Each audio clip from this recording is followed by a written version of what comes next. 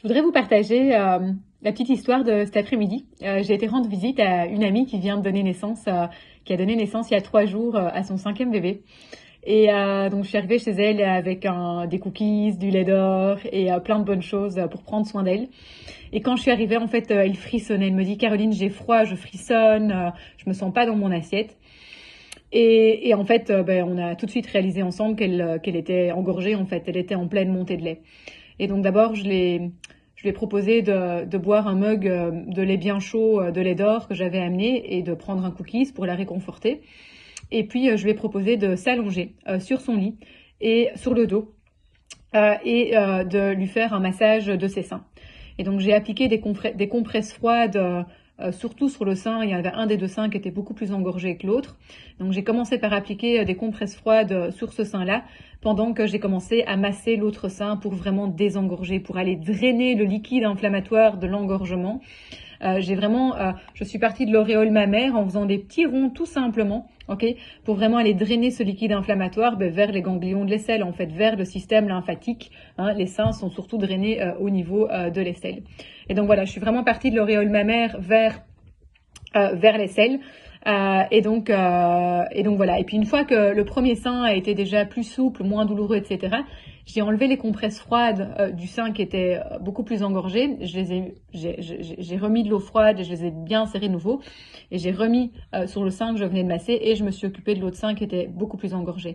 Mais au moins, le froid, pendant que je massais l'autre sein, a déjà eu l'effet de désengorger, de calmer l'inflammation qu'il y avait vraiment dans ce sein très très engorgé.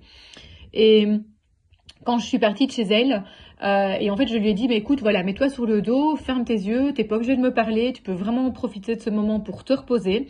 Et puis quand j'ai eu terminé, je lui ai dit, écoute, je m'en vais, reste comme ça, reste allongée, repose-toi, parce que elle était bien, elle ne frissonnait plus, elle avait les seins beaucoup plus souples et elle avait beaucoup moins mal.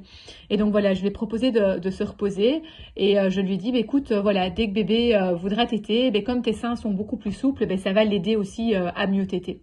Donc voilà, c'était une petite histoire euh, que j'ai déjà rencontré, mais tellement souvent chez des mamans quand je vais les voir à J+3 au niveau de leur postpartum. Et moi, ça m'a pris voilà, une petite demi-heure d'aller masser ses seins et de la réconforter. Et je pense que cette maman, en fait, voilà, maintenant, elle est partie. Demain, ça allait déjà beaucoup mieux quand je suis partie. Et je pense que elle sera beaucoup moins engorgée dans les prochains jours. Et alors, je lui ai expliqué pourquoi je faisais ça, pour qu'elle-même puisse le faire, en fait. Je l'ai vraiment rendue autonome en lui disant, mais écoute, en fait, tu peux le faire aussi chez toi à la maison. Tu mets toi-même des compresses froides. Tu peux toi-même, et alors elle a senti comment j'ai massé ses seins. Et donc je dis, mais vas-y, continue à désengorger par toi-même. Si jamais ça te fait mal. Donc voilà, c'est vraiment une petite histoire du quotidien qu'on retrouve, moi en tout cas que je retrouve super régulièrement chez les mamans quand je leur rends visite à J+3, J+2, J+3, J+4. Et en fait, par des gestes tout à fait simples de compresse froide et de massage, c'est fou comme on tout de suite, on améliore vraiment leur état de confort durant cette montée de lait. Voilà, ça c'était pour la petite histoire de cet après-midi.